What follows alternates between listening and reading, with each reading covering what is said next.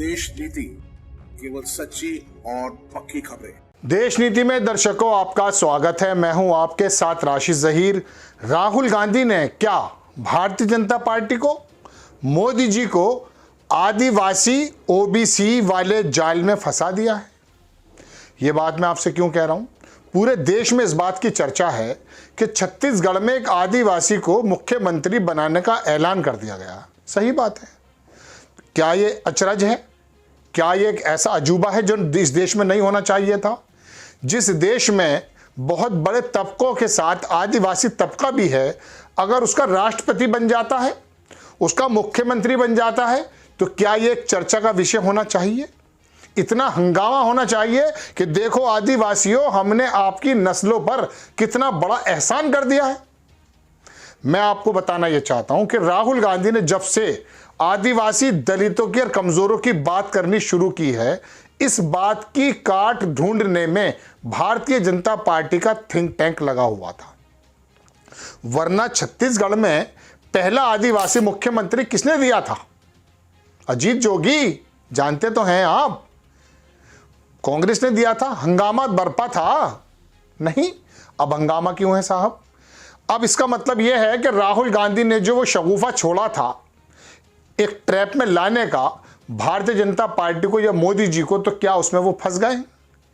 देश के अंदर दर्शकों याद रखिएगा, जातिवाद, मैं बहुत पहले आपसे कई प्रोग्राम में कह चुका, बल्कि एक प्रोफेसर साहब ने, उनका ये शब्द है जो मैं बताने जा रहा हूं कि देश जो है कृषि प्रधान से ज्यादा जाति प्रधान देश है।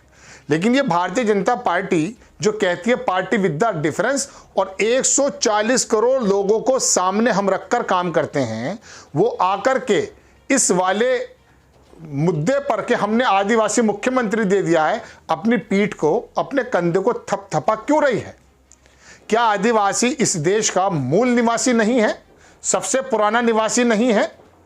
आप तो जब हैरत करते हैं कि छत्तीसगढ़ में, मध्य प्रदेश में या राजस्थान में किसी मुसलमान को चीफ मिनिस्टर बन जाए, तब तो हैरत की बात थी, वरना इसमें तो कोई हैरत की बात नहीं है।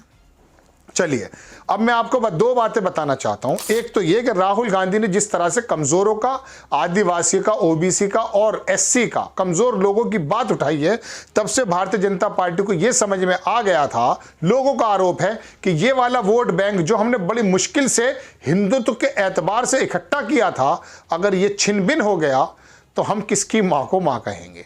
इसी नजर में, इसी कड़ी में एक कदम ये छत्तीसगढ़ के चीफ मिनिस्टर का भी है। अब मैं आपको दो बातें इसमें और बताऊंगा।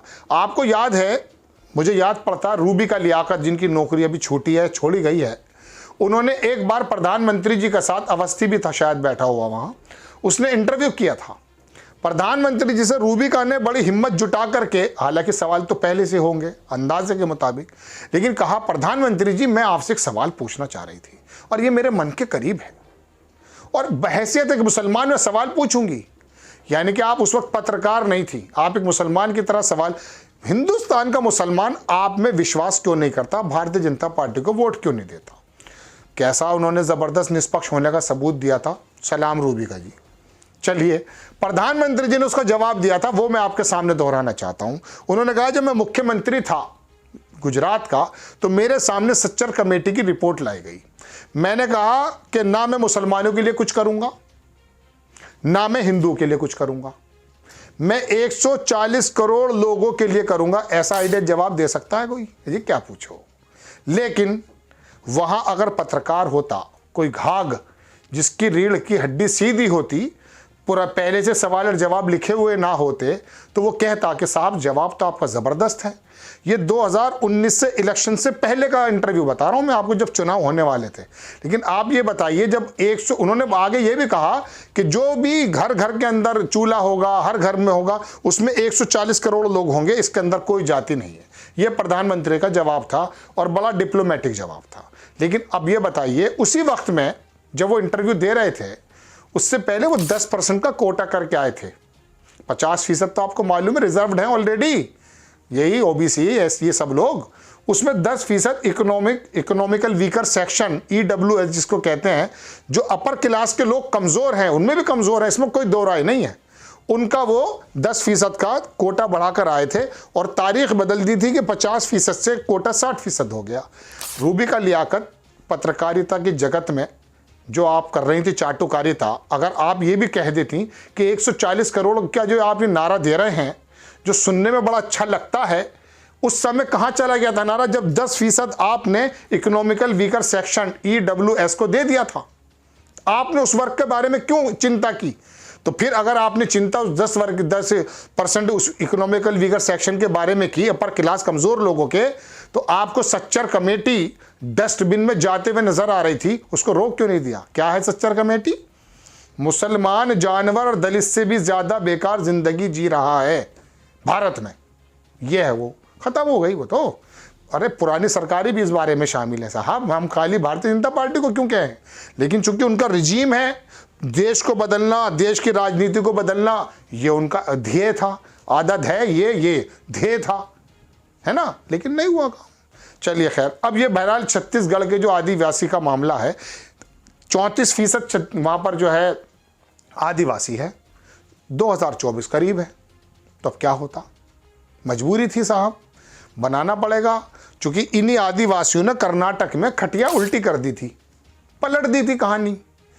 लेकिन अब आकर हिंदुत्व के एतबार से तो आप हाँक लेते हैं, लेकिन फिर भी ये ओबीसी, ये एससी, ये आदिवासी, ये जो जातिगत समीकरण अमित शाह जी मापते हैं, नापते हैं और छापते हैं, यही लोगों का कहना है, मेरा थोड़ी ना कहना।